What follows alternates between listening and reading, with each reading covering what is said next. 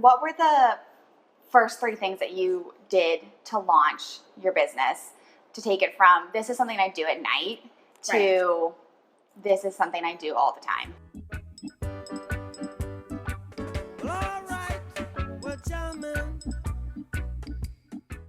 Very first thing that I did was understand where my customers were coming from, and they were coming from Instagram. So I started putting a tremendous amount of efforts into my social media. That was the very first thing I did. The next thing I did was get legally set up as a business. Yeah.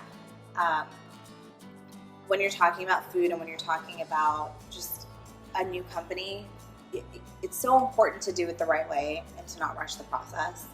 Did you know what you were doing? Did you find help? Absolutely not. No, absolutely not. I mean, the whole legal thing can be really scary. It's like, so that was actually, it's part of that whole experience was catalyst for me to actually create a group of female entrepreneurs in the food making business, because there's nothing online. I mean, the hours and weeks that I spent just researching, like, what forms do I actually need to fill out? What do I need? What do I not need?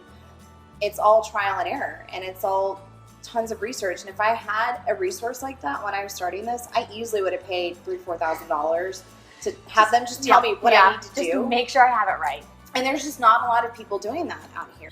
So that was number 2. And then the third thing that I did when opening up this business was the labels, honestly. Yeah? Yeah, it was the branding of the company. It was just coming up with like how we wanted the visual of the business to look.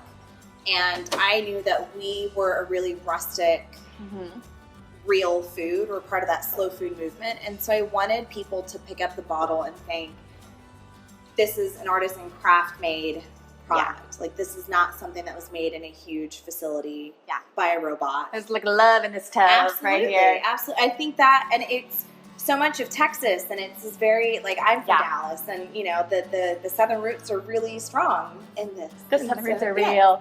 They are very real. Yeah, I see your Texas in here. Oh yeah. See it. It's very important. So those are the 3 things is, to get legal, I had to build my Instagram account, and I had to build a brand. Yeah, that was it. That was it.